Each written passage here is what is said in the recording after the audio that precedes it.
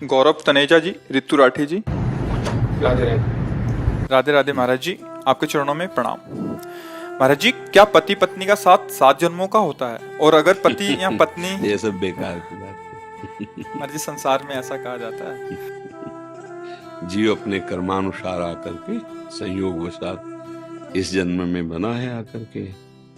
अगर परस्पर आसक्त हो गया तो हो सकता है अगला कोई भी योनि मिले। तो जरूरी थोड़ी है अगर आप स्त्री में आसक्त हुए तो पत्नी थोड़ी बनी रहेगी, तुम स्त्री बनोगे जाके। भागवत में कोई भी बात हो उसका प्रमाण होना चाहिए। पुरंजनोपाख्यान है भागवत में, पुरंजनोपाख्यान। उसमें पुरंजन भ्रमण कर रहा था तो एक बहुत सुंदर महल देखा, बगीचा देखा, 9 द्वार का महल, विविध प्रकार के भोग विलास था। उसमें एक सुंदरी को देखा जिसका नाम पुरंजनी था। वो अपने अंगरक्षकों के साथ घूम रही थी, आसक्त हो गया। वो भी स्वीकार कर लिए दोनों। पूरा विवरण वो अध्यात्म का विवरण है। इसी बुद्धि पुरंजनी है और जीव पुरंजन है, और ये 9 द्वारों वाला ये पुर है पूरा। उसमें वो तो बड़ा लंबा विषय है, हम आपको सारांश में बताए। वो पुरंजन जब पुरंजनी में आसक्त हुआ, मरा, तो वो स्त्री बना जाके। और पुरंजनी अन्यत्र कहीं जन्म ली, लेकिन वो स्त्री बना जाके। वो जिस राजा की पत्नी बना जाके, वो राजा उससे बहुत प्यार करता था। अब वो वैसी राजा पे आसक्त हो गई। राजा युद्ध में मारा गया। अब वो चिता में, उस समय प्रथा थी, तो चिता में जलने के लिए बहुत विकल थी। तो पीछे से आवाज आई, ऐ सुन, मैं तेरा मित्र हूं, मेरी तरफ देख। तो उसने देखा तो एक बहुत ही सुंदर तेजस्वी पुरुष खड़ा। बोले, मैं तो आपको नहीं जानती हूँ। बोले, जानती नहीं, तो मेरा नित्य सखा है, मैं तेरा नित्य मित्र हूं, मेरा नाम अविज्ञात है। अविज्ञात माने मैं जानने में नहीं आता हूं। ना तू स्त्री है, ना ये तेरा पति था, तू देख। जब देख कहा ना, तो जैसे टीवी में दिखाई देता है ना, ऐसे उसे सैकड़ों जन्मों की स्मृति आ गई। और उसको दिखाई दे रहा, अरे ये तो बहुत बड़ा नाटक है मेरे साथ। पहले मैं किसी का पिता था, फिर किसी का पुत्र बना, फिर किसी की पत्नी बना, फिर तो मैं कैसे उससे मुक्त हूं। तब वो उनको ज्ञान देते हैं, तो उसको समझ में आता है मैं भगवान का अंश हूं, मैं भ्रम से इस शरीरों में फंसा हूं।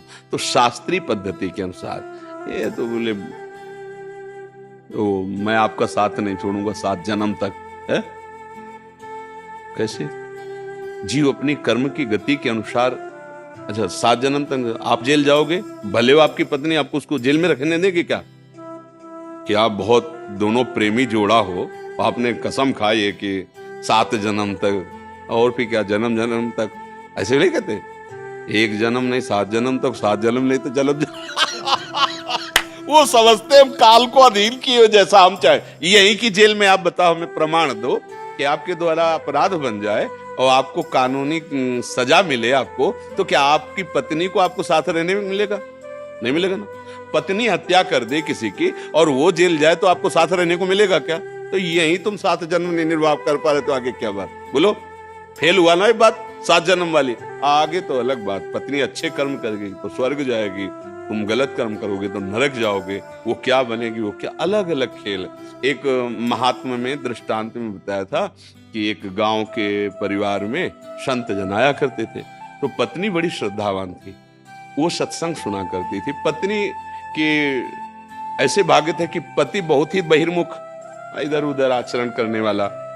पत्नी ने तो गुरु बनाया और नाम जप करना ऐसा, और पति तो बार बार प्रार्थना करते कि देखो हमारे गुरुदेव भगवान आते रहते हैं, आप उनसे मंत्र ले लीजिए, बिना भजन का जीवन व्यर्थ का जीवन होता है ऐसा।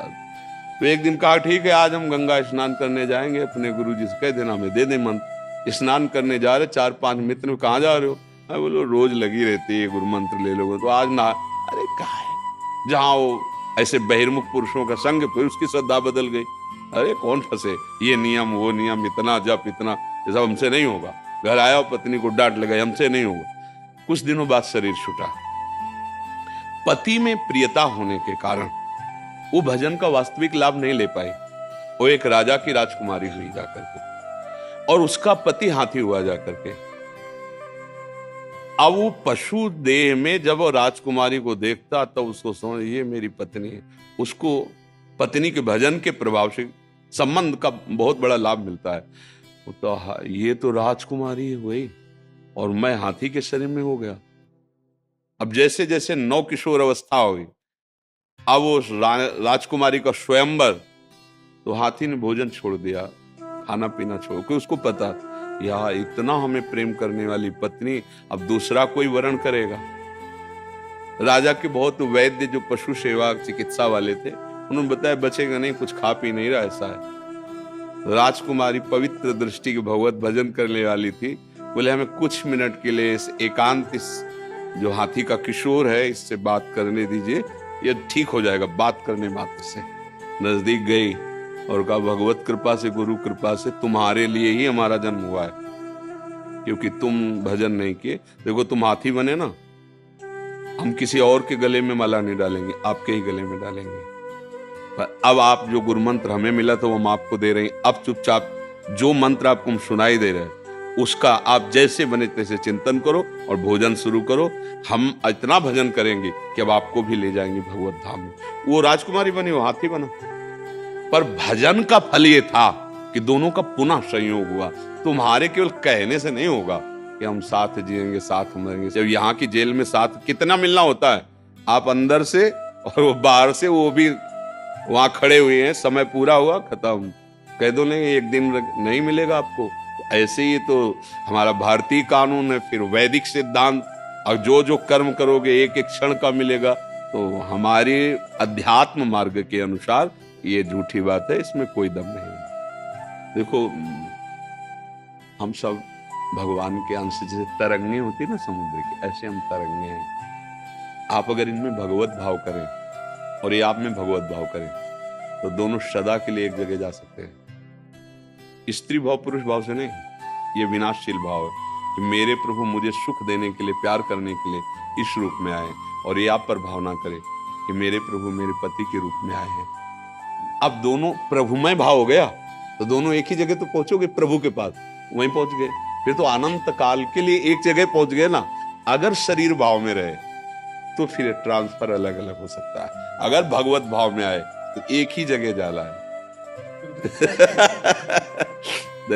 एक दूसरे में भगवत भाव, कभी आपस में किसी भी बात को लेकर ऐसा वैर विरोध ना हो कि आपस के प्रेम में, आज जीवन प्रेम में मिला है। थोड़ी बात सहन कर लिया, थोड़ी आप सहन कर ली, दोनों प्यार से आगे बढ़ते हुए देखो भगवान आए इन रूपों में। हाँ, इनको दुलार कर, ठीक है। धन धन धन। जय जय श्री राधे, जय जय श्री, जय जय। ओहो देखो बच्चों पर कैसा प्रभाव पड़ता है आचरण का। आप प्रणाम करें तो उठो, हो गया प्रभु। ले जा, धन्यवाद धन्यवाद धन्यवाद। जाया है जाया।